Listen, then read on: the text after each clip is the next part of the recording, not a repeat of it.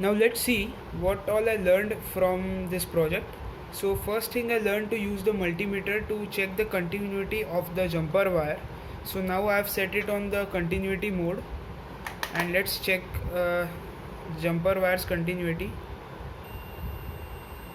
As you can hear the beep, we can conclude that this jumper wire is okay.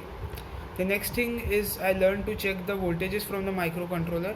So we are supposed to connect this black to the ground and the VIN to the red, and we get the voltages accordingly. So my next learning was using average to nullify the noise in readings of the sensor. So what happened initially with MQ2 and also with the thermocouple was after some time it used to give very redundant values in between and again came back to normal. So in order to remove this wrong readings, I used average and then processed the readings. The next thing I learned is that handling this magnetic hall sensor.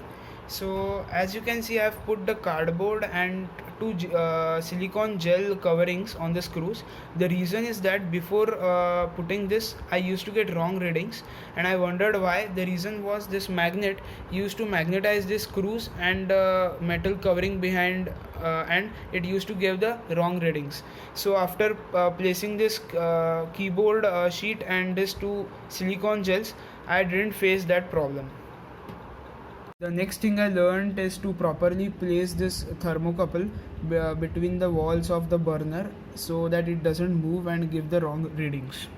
Also, I learned to make the project report by using different MS Word functions like formatting, text alignment, page setup, macros, etc. The other things I learned was code updation, that is writing code which can accommodate updates as required with minimal changes to the rest of code, and using the operators, that is logical and boolean operators, in the programming of the hardware unit. Let's have a look on the future scope. First is industrial application. The example is that the restaurant kitchens. So our current system is basically limited to a small kitchen or a home kitchen, but it can be expanded to a large restaurant kitchen. So the next future scope is adding a self-recharging battery for as a power backup to the microcontroller, and changing the normally closed valve with the normally open valve, because what happens in normally closed valve is that during electrical shutdowns it gets closed if there is no power. So if we use normally open valve even in the electrical shutdowns, we will be able to use the stove. So next is deploying system for whole apartment or city or the area. So current system is designed for a single kitchen. So next upgrade in the system would be designing it for the whole apartment or the area and the city. Next is connecting system with apartments alarm system.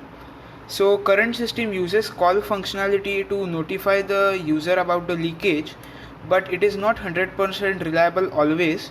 So to add more safety and security to it, we will be connecting the system to the apartment's alarm system. Around 3 to 5 minutes to detect the burner leakage.